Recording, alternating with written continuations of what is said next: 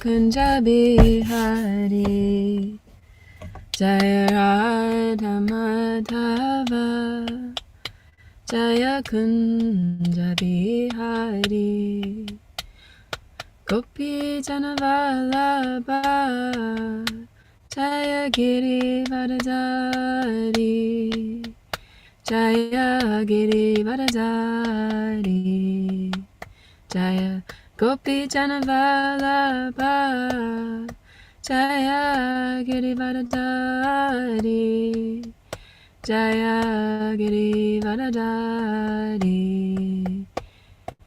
Yashodanandana, Jaya Braja Janaranjana, Jaya Yashodanandana, Jaya Braja Janaranjana, Yamuna Tira Vanachari, Jaya Kunja Bihari, Jaya Kunja Bihari, Yamuna Tira Vanachari, Jaya Kunja Bihari, Jaya Kunja Bihari, Jaya Radha Madhava,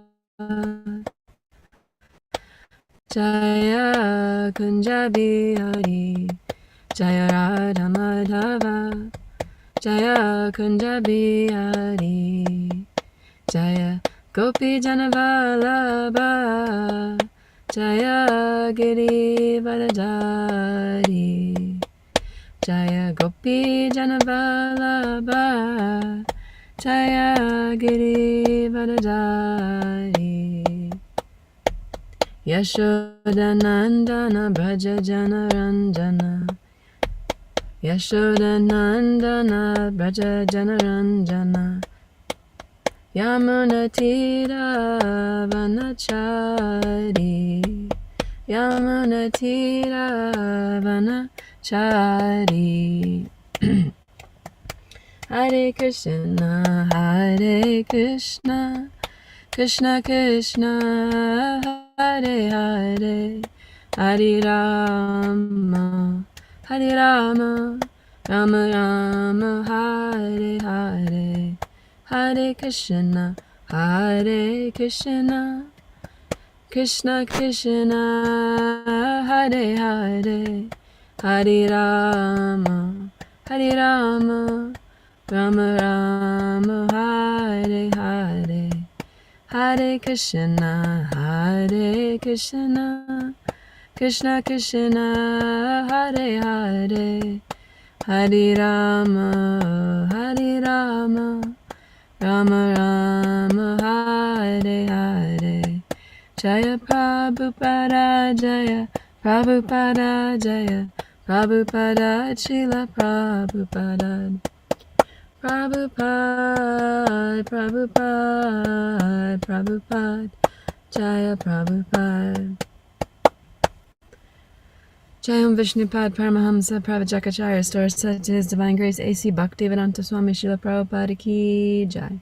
Jayam Vishnupad Paramahamsa Pravajakacharya Store said to His Divine Grace Bhakti Siddhanta Saraswati Goswami Maharaj Prabhupada Ki Jai. Anantakoti Vaishnav Vrinda Ki Jai. Srila Prabhupada Ki Jai. Nitai Gaura Premanandi Hari Hari Bo. Namo Vishnupadaya Krishna Prasthaya Bhutale Shmakti Bhakti Vedanta Swami Tanamine Namaste Saraswati Devi Gauravani Pracharine Nivishesha Shuddhivani Pasisha Deshatarine Krishna Vashdaya Bhutale Shmakti Dharamita Swami Tanamine Pachara Purvan Lakshman Cha Bhakti Janapana Bhakta Patar Piyakanyam Yasya Sarvajite Namaha. Hare Krishna, everybody. Welcome to another wonderful morning above ground, and we're reading today from the Granth Srimad Bhagavatam. It's the 30th of June, 2026. Today we're continuing the reading of the glorious 7th canto, The Science of God. We're going to continue reading from chapter 10, Prahlad Maharaj, the best among exalted devotees, and today is 24. Just pulling it up, give me one moment.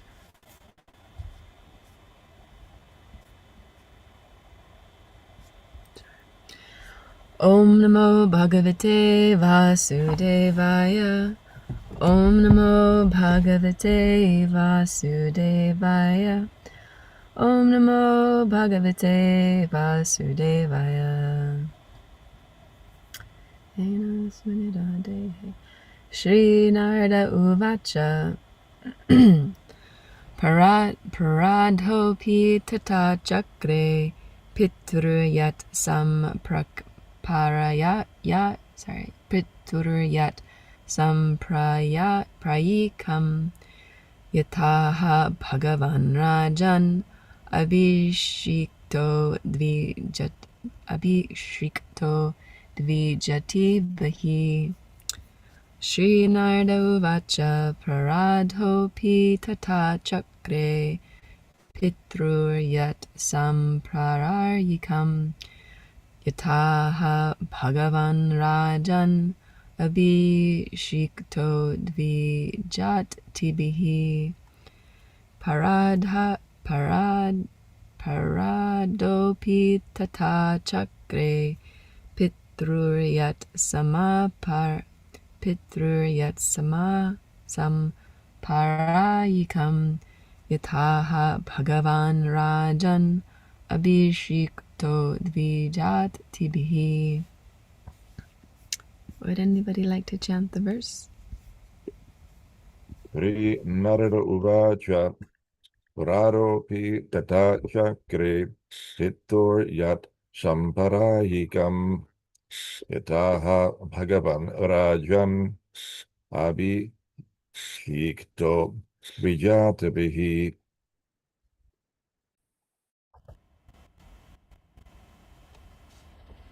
Thank you. Pradopi tata chakre pitturyat samparayikam yatha bhagavan rajan abhishikto dvijatibihi.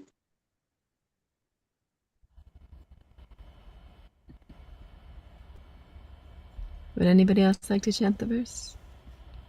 Shri Narada Uvacha Praradopi Tata Chakre Pituryat Samparayakam Yataha Bhagavan Rajan Abhishikto Dvijatibi. Fantastic. Synonyms: Shri Narada Uvacha. Narada Muni said, Paradaha Palad Maharaj. Api also. Tata in that way. Chakre executed. Pituhu of his father. Yat whatever. Samparayikam ritualistic ceremonies performed after death. Yata even as. Aha order. Bhagavan, the Supreme Personality of Godhead. Rajan, O King Yudhishthir. Abhishikitam, Abhishikata. He was enthroned in the kingdom. Dvijatibihi, by the Brahmanas present. Translation and purport by Srila Prabhupada. Srila Prabhupada ki jai. Translation. Sri Narada Muni continued, Thus, as the Supreme Personality of Godhead ordered, Prahlada Maharaj performed the ritualistic ceremonies for his father, O King Yudhishthir. He was then enthroned in the kingdom of Hiranyakashipu, as directed by the Brahmanas. Purport. It is essential that society be divided into 4 groups of men: Brahmanas, Kshatriyas, Vaishyas, and Shudras. Here we see that although Prahlad was perfect in every respect, he nonetheless followed the instructions of the Brahmanas, who performed the Vedic rituals. Therefore, in society there must be a very intelligent class of leaders who are well versed in the Vedic knowledge so that they can guide the entire populace to follow the Vedic principles and thus gradually become most perfect and eligible to return home back to Godhead. Jai. Om Jnana Timirandasya Gyananjana Shalakaya Takshuramlitam Yena Tasmai Shri Guruve Namaha Shri Chaitanya Manobishtam Stapitam Yena Bhutale Swayam Rupa Gadadmayam Dadanti Swapadantikam Vandeham Shri Guru Shri Yuta Padakamalam Shri Guru Vaishnavamscha Shri Rupam Sargajatam Saguna Raghunatam Vitam Tam Sajivam Sadvaitam Savadutam Parijana Sahitam Shri Krishna Chaitanya Devam Shri Radha Krishna Padam Saguna Lalitam Shri Vishvakam Vitamscha Hey Krishna Karuna Sindhu Dina Bandhu Jagapate Gopisha Gopika Kanta Radha Kanta Namostute Tatta Kanchana Gaurangi Radhe Vrindavaneshwari Vrishabhanu Sutta Devi Pranamami Hari Priye Vanchakalpa Trubhyascha Kripa Sindhu Bhye Patitanam Pavanebhyo Vaishnavebhyo Namo Namaha Jai Shri Krishna Chaitanya Prabhu Nityananda Shri Advaita Gadadhara Shri Vasari Gaura Bhakta Vrinda Hare Krishna Krishna Krishna Hare Hare Hare Rama Rama Rama Hare Hare. Translation. Sri Narada Muni continued, thus, as the Supreme Personality of Godhead ordered Prahlada Maharaj perform the ritualistic ceremonies for his father, O King Yudhishthir, he was then enthroned in the kingdom of Hiranyakashipu as directed by the Brahmanas. Jai. So today's purport is rather short, precise, so I thought just to cover it briefly and then to speak a little bit about Prahlada Maharaj. So I liked here in the purport how Srila Prabhupada says it is essential that society be divided into 4 groups of men: Brahmanas, Kshatriyas, Vaishyas, and Shudras. So yes, I was thinking, I could speak about this topic of men and women, but then I decided not to. But yes, 4 groups of men: Brahmanas, Kshatriyas, Vaishyas, and Shudras. Women are their own class in Vedic terminology. Of course, in our Western world that we're living in today, things are so mixed up and different from how they were in Vedic times due to the speedy progression of Kali Yuga that's destroying the society, destroying all the good qualities of society and producing this Varna Sankara, unwanted population, where everything is very confusing and mixed up and different and than it was Vedically. So of course now we have both men and women who are fit into the Brahmana, Kshatriya, Vaishya, and Shudra class, and the Diva Vija Bandhu class is pretty much everybody who's not a devotee. So yeah, it's all mixed up. But in Vedic times, there was the men were divided into these 4 classes. Of course, even it's described in Bhagavatam and also in Mahabharata how the females, they were like Draupadi. She was born into a Kshatriya family. Her parents were both Kshatriyas, Drupada and his wife. And of course, they were born from the sacrificial fire, so they're very exalted personalities. But it's described how she has the mentality. What is that? She has the mentality of a Kshatriya, so she's very diplomatic in her dealings. And that's how she was able to free the Pandavas when they had lost everything in the gambling match. And even she had lost, they had gambled her away, her very self. When she was given benedictions from King Dhritarashtra, she diplomatically arranged it in such a way so that she could free her husband from their situation. So yeah, the Mahabharata and Bhagavatam also describe how, although women do not necessarily fit into these categories in the Vedic times, they do have the mentalities of these castes, these orders. Yes. So anyways, I won't speak too much about that, but I just wanted to mention it because it says it in the purport. And then here we can see also the how Prabhupada's highlighting how important it is that that society is run and run by someone who is perfect in all respect and following the Vedic injunctions. So in Vedic times, it would be like a Kshatriyas ruling the world, but they're taking guidance from the Brahmanas. In this way, there's the perfect society where things always go according to the Brahminical standard of life. So the Brahmanas are always giving guidance to the Kshatriyas on how to rule their kingdom in a way that's most pleasing to the Supreme Personality of Godhead. And then Prabhupada's saying here, so that they can guide the entire populace to follow the Vedic principles and thus gradually become perfect and eligible to return home back to Godhead. Of course, we're seeing the exact opposite of that currently in our world politics, which I won't go into because I actually don't have enough information on it to speak on it clearly. So anyways, today I want to talk about Prahlad Maharaj. And when I was reading these verses, I was thinking, you haven't got a whole lot of information about what happened to Prahlad Maharaj after he was enthroned as he was enthroned as ruler of the demons, ruler of the Daitya class, the Asuras. So I was trying to do some research into it and uncover the mysteries of Prahlad Maharaj's Grihastha life. Naturally, I was interested in that aspect of it and find the secrets. But I found it rather challenging to find details on it. So I just created a family tree of Prahlad Maharaj, which is always interesting in itself to know the lineage of such great personalities and like who was produced from them. And then found a few small stories about his life that was mentioned in Bhagavatam, just like here and there. And it occurred to me this morning that if I would have looked into the chapter of Bali Maharaj, then I probably would have been able to get a little bit more detail, but I thought of that this morning during my japa, so it's too late.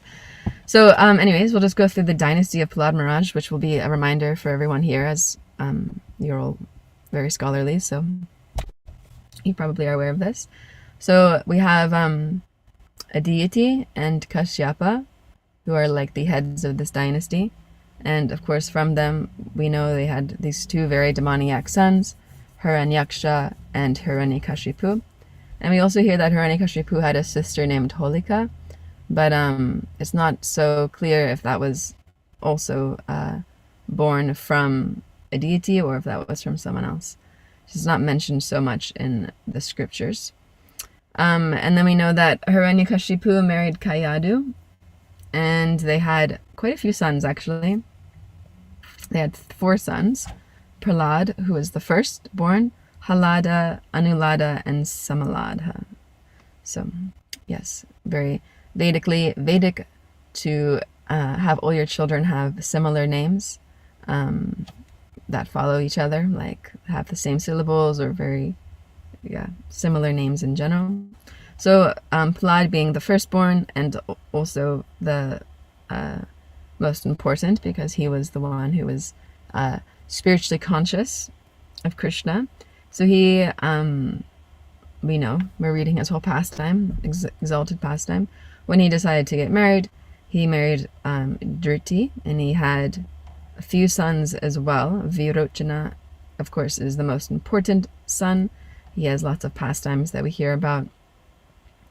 But he also had 4 other sons: Kumbha, Nikumba, Ayushama, Shibhi, and then he had a daughter named Virochana. Anyways, so Virochana, the son, he married 2 wives, Vishalaki and Devi. And he had also a few sons too, but the prominent son was Bali Maharaj, firstborn also.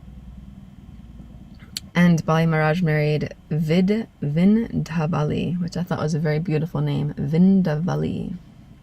And they had quite a few children, and of course the first son was Banasura, who had the benediction of having 1,000 arms. And we hear about Banasura in the pastime of Usha and Aniruddha from Krishna book, and also in the 10th canto, how Banasura used his 1,000 arms to play the drums for Lord Shiva when he was doing his end of the world dance and he needed some, rhythm, because you can't just dance with no music. So Banasura took that service and he played the drums so nicely, and Lord Shiva was so pleased with him that he said, okay, I'll give you any benediction you want. What would you like? Because we know Lord Shiva is one who is always, he has a name that one who is pleased very easily, and also one who is angered very easily. So anyways, Banasura pleased him, and so he gave him a benediction. Banasura said, will you please be like the guardian of my city of Shantapura? So he was like the protective guardian for his city. And then Banasura had his daughter, or he married his wife named Ambavati, and they had a daughter named Usha, of course, Usha, famous. Usha he protected his daughter to this extreme of building a giant palace that she lived in, and she never saw a man, and a man never saw her until she had a conjugal dream of Aniruddha, who is Krishna's grandson, the son of Pradumya.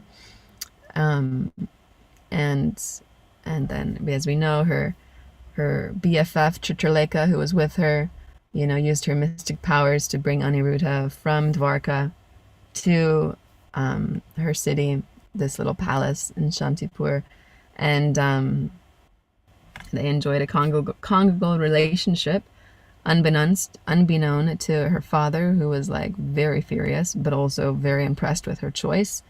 And then this huge battle ensued, etc., etc. So Usha and Aniruddha had Parikshit Maharaj. So the dynasty continues like that. And then, as we know, Parikshit Maharaj was very fortunate, got protected by Krishna at the end of the Battle of Kurukshetra, when Aniruddha had been slain in battle. It was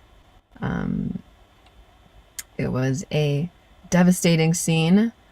Aniruddha was fighting. There was an array that the Kauravas put themselves in called the Chakshur Vyuha, and it was only penetrable by Arjuna and Balaram. And Arjuna had taught this to Aniruddha, how to penetrate it, but he didn't teach him how to get out. So Arjuna was fighting with some other army, like in the far eastern battlefield, fighting with this mountain tribe, and Yudhishthira saw that they were arranging this Chakshura Vyuha formation, and he was like, they're going to annihilate us unless someone can get in there and break up the formation. So they asked Abhimanyu if he would break through, and that they would be right behind him the entire way, and they would get his back, and they would not let him get stuck inside the formation, the Vyuha. So he did that, but for some reason, one king, whose name is slipping my mind, was able to, he got a benediction also from Lord Shiva that he could check the Pandavas in battle only once. So he took this opportunity, and he went there as Abhimanyu was attacking this Chakshura Vyuha and penetrating the forces. This king, I'm going to see if I can find his name.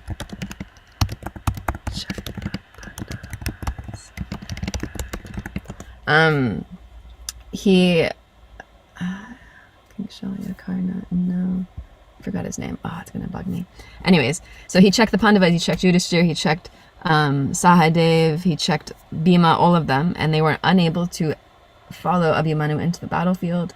And then Abhimanyu fought, killed thousands and thousands and thousands of Kaurava fighters and warriors, and he killed many great leaders in the battle.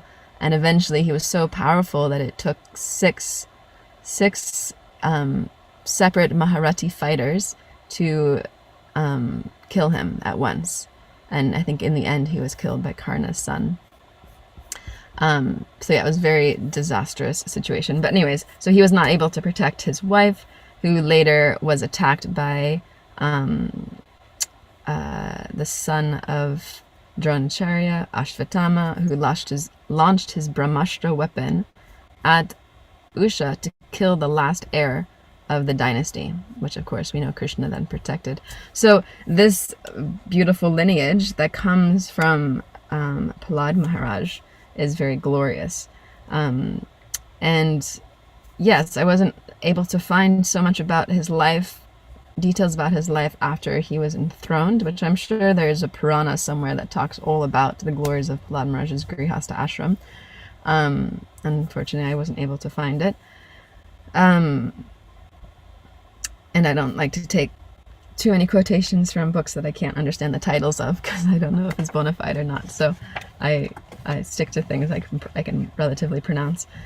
So anyways, but Prahlad Maharaj, due to his pure devotee nature, he ruled his kingdom in a very saintly way, as you can imagine. He did not distinguish between enemies. He took all of his love for Krishna that he had from him when he was a 5-year-old boy, his vision of being able to see Krishna in everything, and carried that through to the end of his life. Followed a strict principle of dharma, living according to the principles of religion. Of course, due to the nature of any great saintly person who's ruling the world in a very perfect way, they develop a lot of shakti, a lot of energy, a lot of potency. And of course, as we hear in multiple different pastimes in Bhagavatam, there's one personality who becomes threatened, feels threatened every time there's a very great personality who starts to rule the world and starts to, people start to follow and accumulate lots of followers. So our glorious Indra at the time became sort of envious of Prahlad Maharaj's power, and devised a trick where he disguised himself as a young Brahmin boy and came to Prahlad Maharaj and begged him for him to teach him about the good qualities of being a saintly person. So Prahlad Maharaj, out of affection for this young Brahmin boy, took him as a pupil and taught him everything he knows about how to be a saintly human being, how to be a saintly devotee of Krishna. Of course, Indra was harboring this, I'm going to take your power away sort of mood, so he wasn't able to absorb everything properly, as Prahlad Maharaj was instructing. And eventually, Prahlad Maharaj was so pleased with this little Brahmin boy that he said, okay, I'll give you a benediction, what would you like? And Indra said, I would like to take all of your good qualities. So this Prahlad Maharaj was like, sure, take them, whatever you like.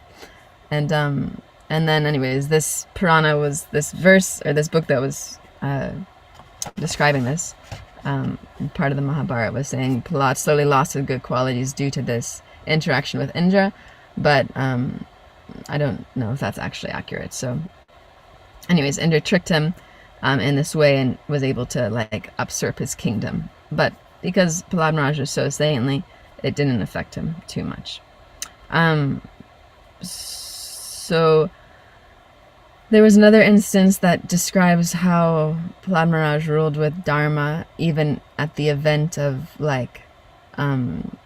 cutting out his own family.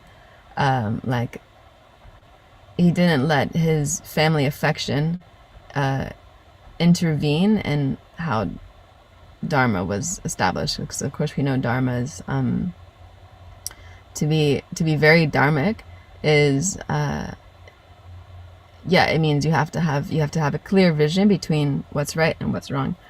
So there was an instance with Virochana, who his firstborn son, who was a great leader and a great king of the Asuric race, and he had a disagreement with a Brahmana, and this was also from the Mahabharata section, and this Brahmana's name was Sudhavan. I'm probably pronouncing that wrong. Sudhanan.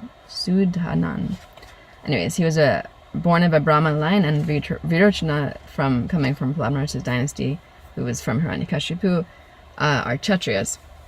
So they both fell in love with this very beautiful girl named Kashini. And she was so charming and captivating that they both completely got bewildered by her beauty and fell in love with her, and they started to argue over her about who would deserve her better. And this Brahmana was saying, I'm a Brahmana, I'm the highest class, the ruler class. We advise you Kshatriyas, so you should understand that I'm better for her than you would be. And then Virochana was saying, you're a Brahmana, you should be able to control your sense of lust and understand that she would be better off with me because I'm a Kshatriya, I'm a king. So like this, they were arguing back and forth, and they eventually decided, okay, we need a mediator. They went to their soon-to-be bride and asked her, please pick which one of us is best. And she was like, whoa, I'm going to need a mediator to figure this out because I can't decide between a Kshatriya and a Brahmana who would be better for me. So they eventually took the argument to Prahlad Maharaj, and they were so heated that they even put their lives on the stake, saying like, if I'm better than you, then I get to kill you. And the other person says, if I'm better than you, I get to kill you. So they took this argument to Prahlad Maharaj and asked him, who is a better fit for this maiden? Me, the Brahmana, or Virochana, the Kshatriya? And Prahlad Maharaj,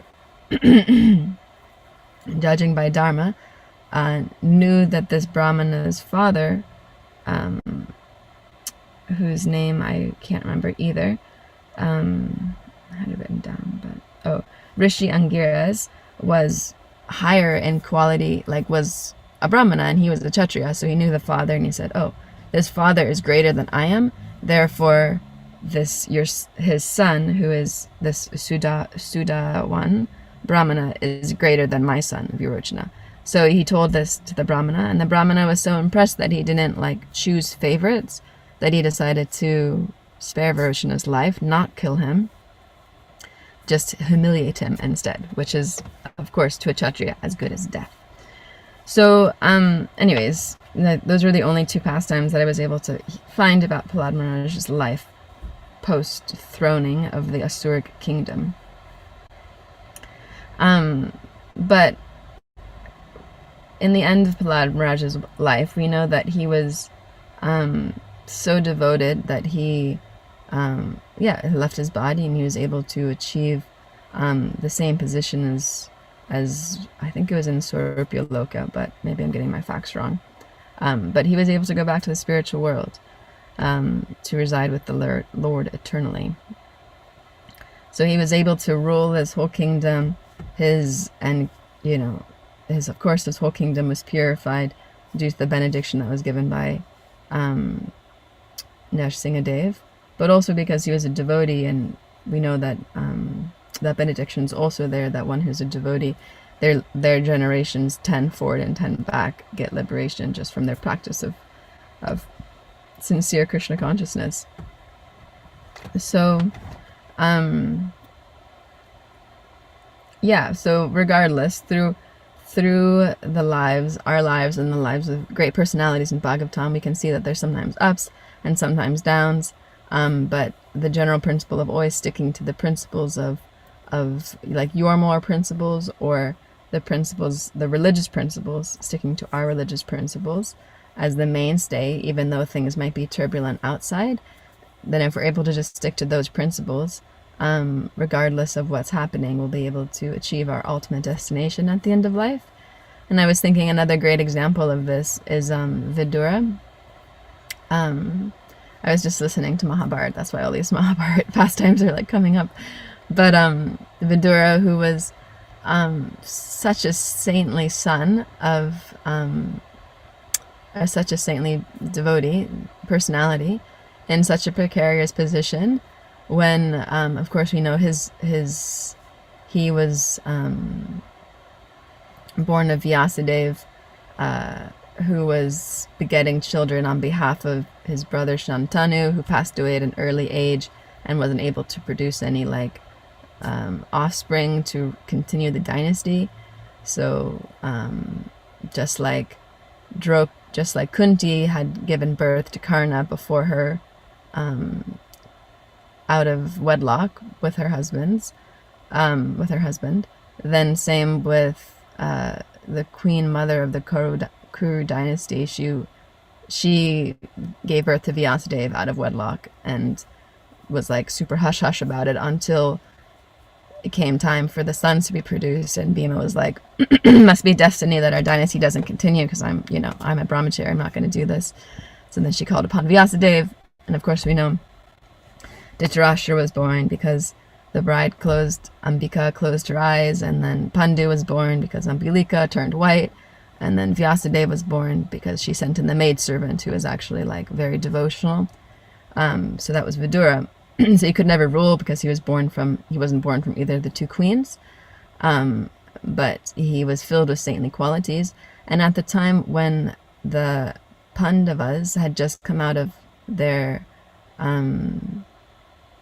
exhalation in the forest, and we're just like, in the kingdom of Matsya, and we're here. And it became obvious that Duryodhana was not going to give back the kingdom, and that there was going to definitely be a fight between the Kauravas and the Pandavas.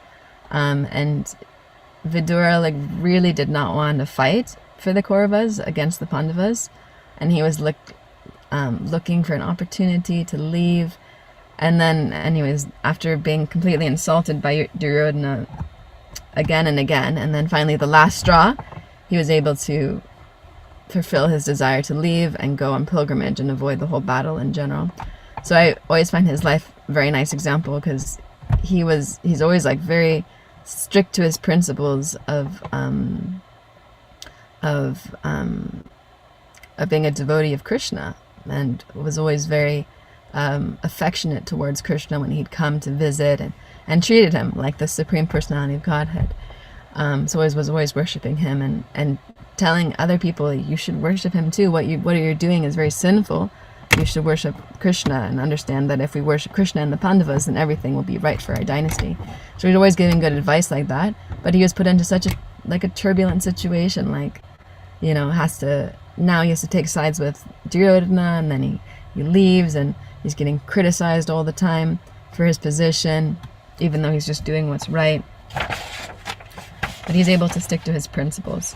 And then, of course, we know at the end of life, he was able to finally convince Dhritarashtra that he should leave home and just go to the forest, practice austerities, and, make up for all of his sinful activities that he produced in his life. So we should try to follow this life of always sticking to our principles of Krishna consciousness, practicing the four regulative principles, which of course we know just actually brings us to the human platform. And then on top of that, trying to always maintain our Krishna consciousness to whatever it might be for our standard. And practicing Dharma, practicing truthfulness, religiosity, and trying to develop Brahmana qualities is very important. But this feeling of Dharma, I remember when I was living in our ashram in New Zealand, and I was doing something sneaky and undharmic. I don't remember exactly what it is, but I remember getting chastised for it. And my mentor, Krishnaloka Devi, she said, you can usually tell when something's not dharmic because you'll feel it inside. You'll be doing something and you'll feel like, ooh, this isn't right. This doesn't feel right. I don't know if this is the right thing to do. She says, usually if you feel like that, it means it's not the right thing to do. It's not dharmic, and you're doing it not according to religious principles or Krishna consciousness. Whereas if you are doing something that is doing something properly, then you'll usually be able to feel okay, this is the proper way of doing things. I feel like this is clear and this is right, even if it might not seem right externally, but you're internally you feel no, this is, I've checked this through, this is proper, this fits all the categories, right. Like Yudhishthira Maharaj, he was known as Dhammaraj because he was so dharmic. He would never tell a lie, he would never do something that wasn't according to religious principles. So even when it came time for the Pandavas to all marry Draupadi, and when Kunti, they brought her home from the sacrificial arena, and they had said look what we have won, And Kunti said, whatever you have won, you can share it amongst yourselves. And of course, Kunti is also famous for never speaking an untruth word. And then, but Yudhishthira was like, no, I feel like this is dharmically right. And then it got proven through the background of the Pandavas and Pandavas and Draupadi that it actually was a very dharmic situation. So, yeah, having this feeling of dharma, like doing things according to religious principles, is also very nice. We can try and bring that into our life as much as possible, in whatever situation we might be in. Just try and always do things that are beneficial for the beneficial for our lives, but also beneficial in the general whole of the world by acting in a truthful and honest way. But of course, this requires a need of brahmanas having brahmanical qualities, because if we say, oh, just act according to your gut feeling, your dharma, to the people in general, then we'll have so many people that are so psychologically confused and disturbed that's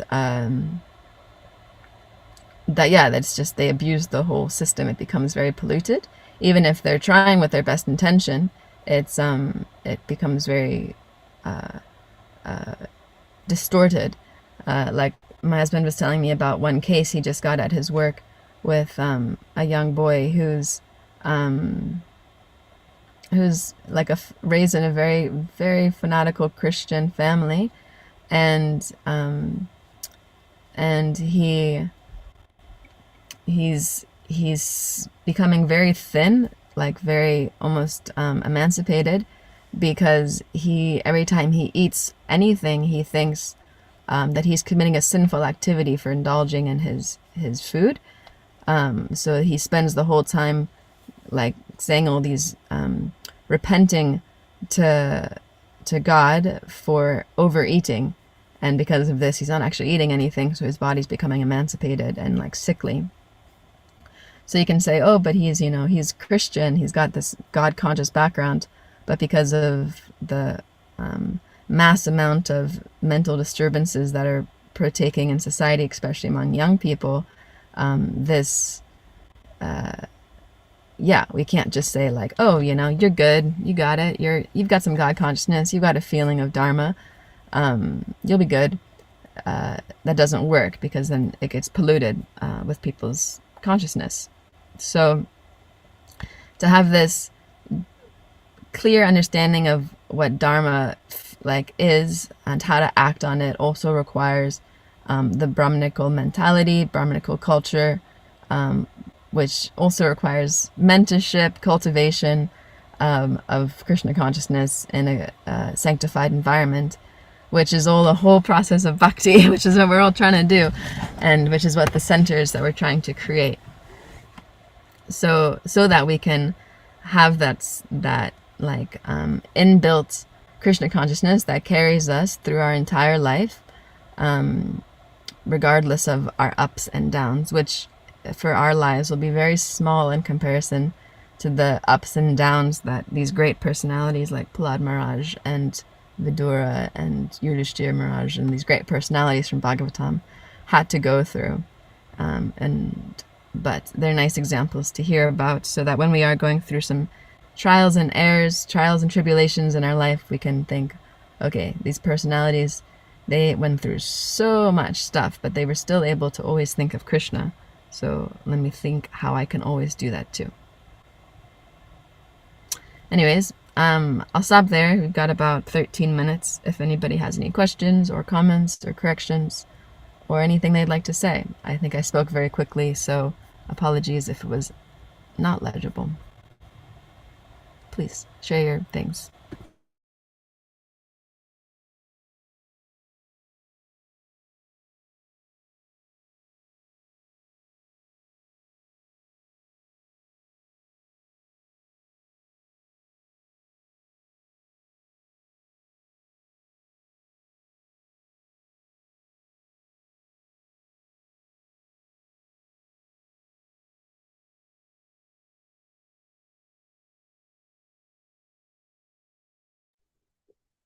Hare Krishna.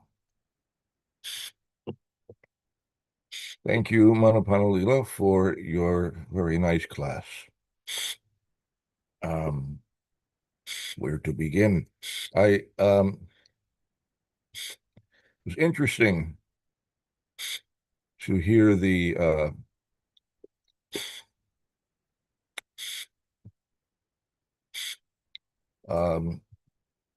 my brain is dropping a bit. I can't think clearly. You put together an account of the family of Prahlad Maharaj, which was interesting to hear.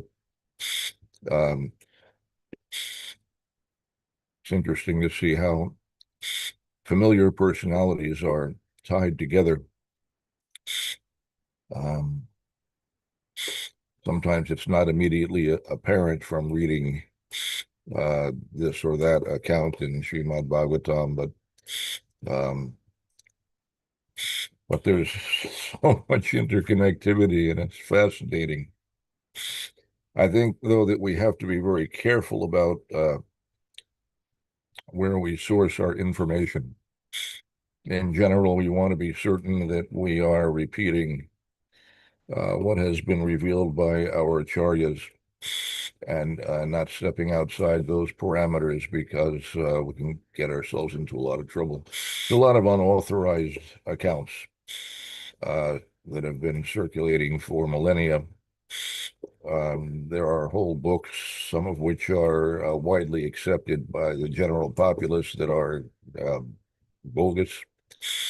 And so we have to be careful. We try to stick to what our acharyas have given us. Sometimes there are gaps that we can't fill without going outside those parameters, but that's okay. We just leave it as it is. Here's what we know, based upon the words of this acharya and that acharya, and some things have not been revealed. That's okay. Whatever we have gotten is what we need to know. It's what's important. We can rely on that. My personal takeaway from this verse, I mean, my immediate reaction when I read the translation was that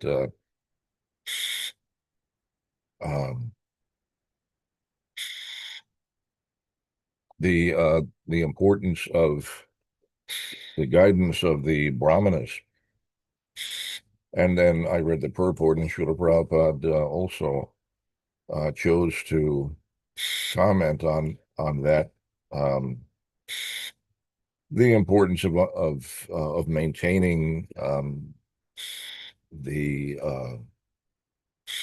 divisions of the Varnashram system, but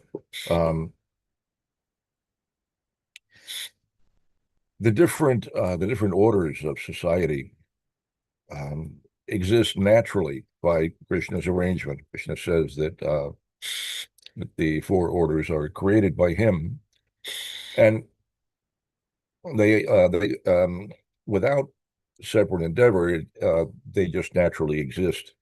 People just naturally fall into these different categories. The ashrams, obviously, you are in one ashram or another, but the varnas, a person has a particular nature from birth. Sometimes it can be clouded. Sometimes it's not obvious. In the present age, people will be of mixed varna, and so it sometimes makes it difficult to ascertain how a particular individual should be classified. But one particular varna will predominate usually, and it is the business of a spiritual master to make the determination as to how an individual should be engaged based upon their varna. But the tendencies are innate in the individual. They are born with a particular inclination. So we don't have to artificially impose these characteristics or duties on an individual or society at large. The varnas are already there. It's built into everyone. The challenge is to try to understand what an individual's varna is, because as I say, it's confused in Kali Yuga. And if a person is engaged in a way that is contrary to their nature, they will experience all kinds of difficulty. And chiefly, they will be dissatisfied. They'll be unhappy. They'll be in anxiety. They'll be stressed out. Trying to do something which is contrary to their nature. When you are engaged according to your varna, then your activity comes naturally. It does not become a source of stress necessarily. But if you are engaged in a way that is contrary to your nature, it introduces all kinds of stresses. You'll be unhappy, you'll be dissatisfied, and you'll usually seek some kind of change. So ascertaining one's varna is helpful. It's not absolutely necessary, but it can be helpful. It's usually, in my experience, it's difficult for people to make that kind of assertion for themselves. To try to understand what your nature is sometimes is difficult to understand when you're in the middle of it. But in consultation with a learned individual, someone who understands the modes of nature and how they work, the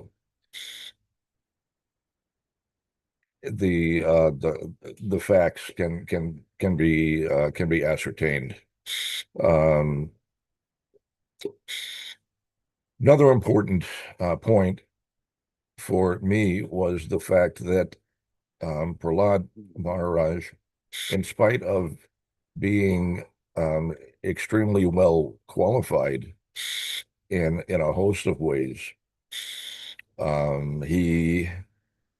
it was his choice to engage the Brahmanas in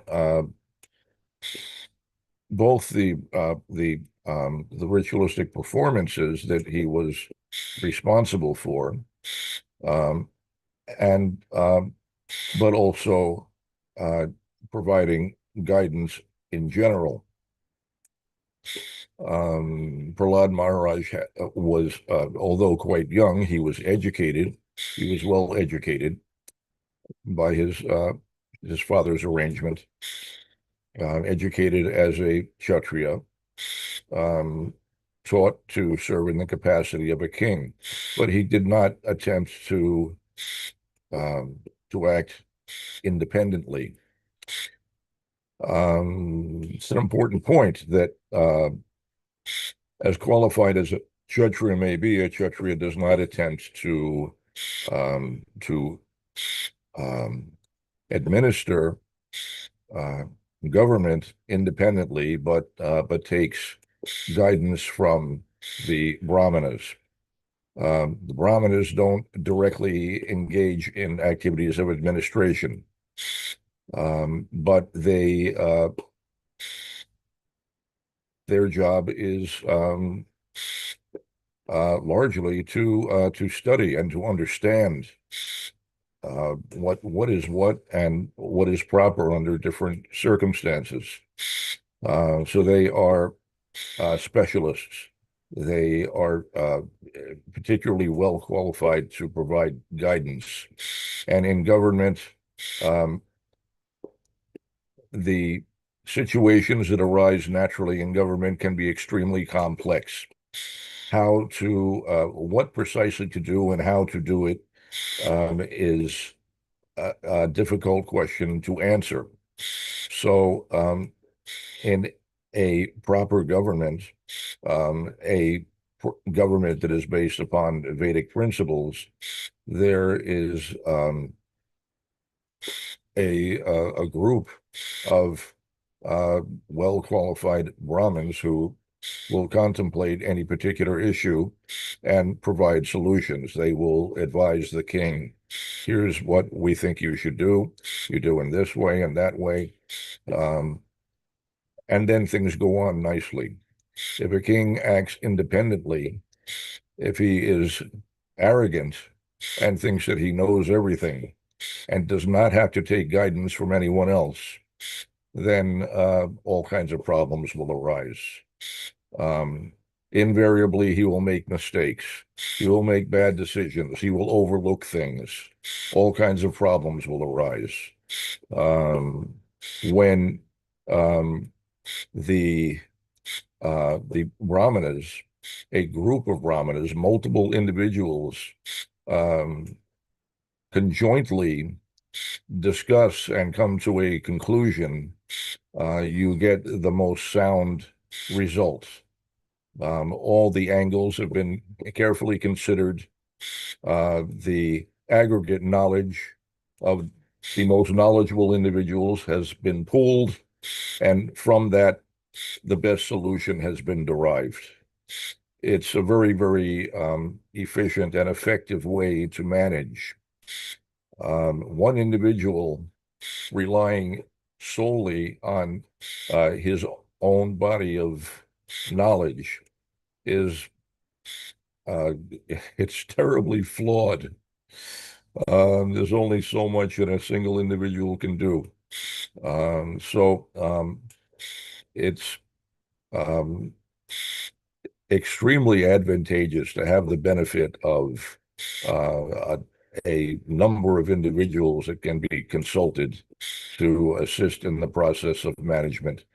And that's a standard feature of administration in Vedic culture. And it's not a difficult thing to implement. Sometimes within ISKCON, devotees will talk about the efforts of previous acharyas, including Srila Prabhupada, to try to implement Varnashram. And they will comment that, well, these things take time. And it may take time, but to put together a board of Brahmins to advise a manager doesn't really take any time. It's not a difficult thing to do. It's something that, as ISKCON devotees, we can implement quickly and easily. It doesn't take decades or generations. We just assemble a group of individuals, the most knowledgeable individuals available, and assign them that task that,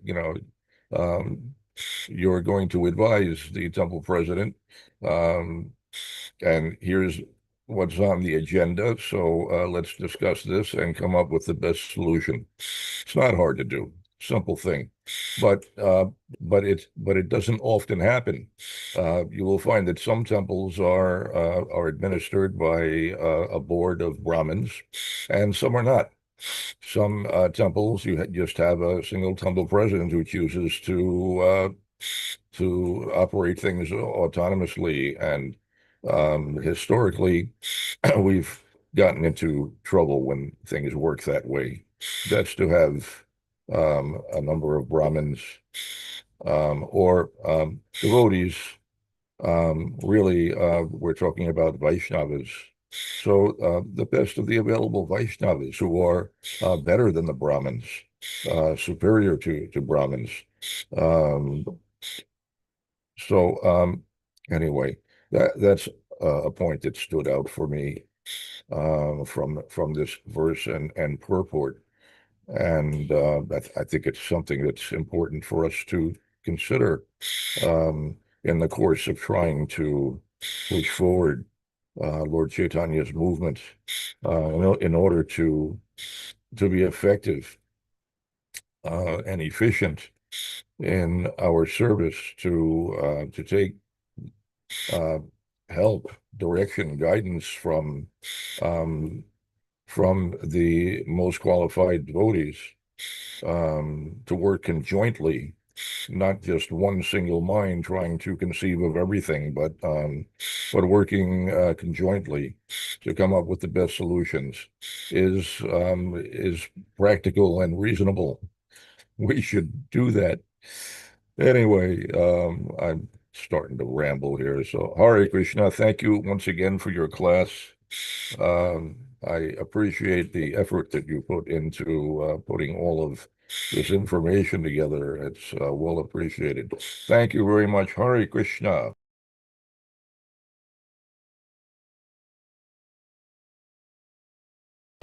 Hi, Krishna Prabhu. Thank you so much for your comments. It's really nice to hear. And your corrections, I really appreciate them. Yes, I agree. It's always, life is better when you have the guidance and a guidance of brahmanas. Makes everything easier.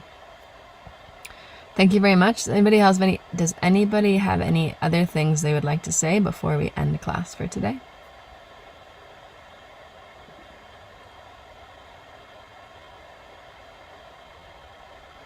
Going once. Going twice. All right. Gancharaj, Srimad Bhagavatam ki, Jai Srila Prabhupada ki, Jai Nitya Gaur, Himanandi, Hari Hari Bo. All glories to all these humble devotees who have come for a Bhagavatam class every day online. All glories to your services. All glories to Srila Prabhupada. Hari Bo.